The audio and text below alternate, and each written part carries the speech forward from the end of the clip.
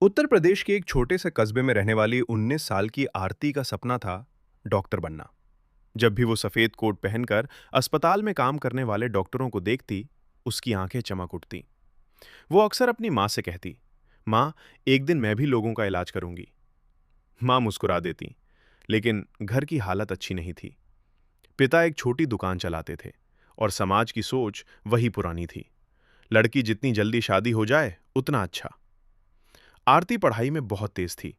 पूरे स्कूल में उसके सबसे ज्यादा नंबर आते थे।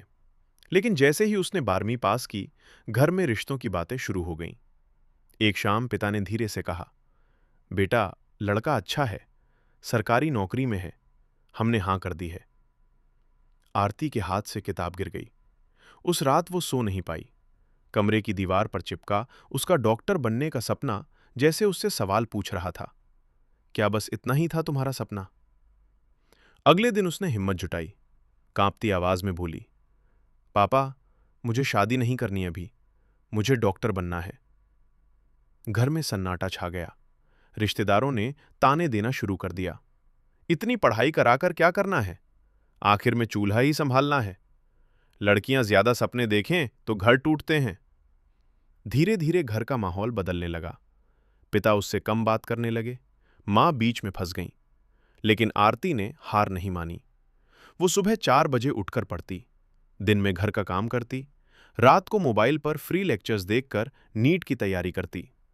कई बार रोते रोते किताबों पर ही सो जाती।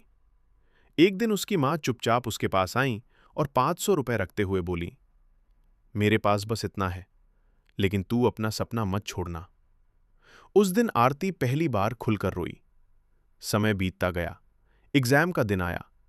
पूरा पेपर देते वक्त उसके दिमाग में सिर्फ एक बात घूम रही थी, अगर आज हार गई तो जिंदगी भर अपने सपनों से नजर नहीं मिला पाऊंगी। रिजल्ट आया। आरती का सरकारी मेडिकल कॉलेज में सिलेक्शन हो गया। पूरा घर चुप था। पिता देर तक रिजल्ट देखते रहे। फिर पहली बार उनकी आंखों में आंसू आए। उन्होंने धीरे से कहा, मुझे माफ कर देना बेटा, मैं समाज से डर गया था। आरती ने उन्हें गले लगा लिया। कई साल बाद उसी कस्बे के सरकारी अस्पताल में एक बोर्ड लगा था, डॉक्टर आरती शर्मा। और बाहर बैठी कई छोटी लड़कियां उसे देखकर अपने सपने बुन रही थीं।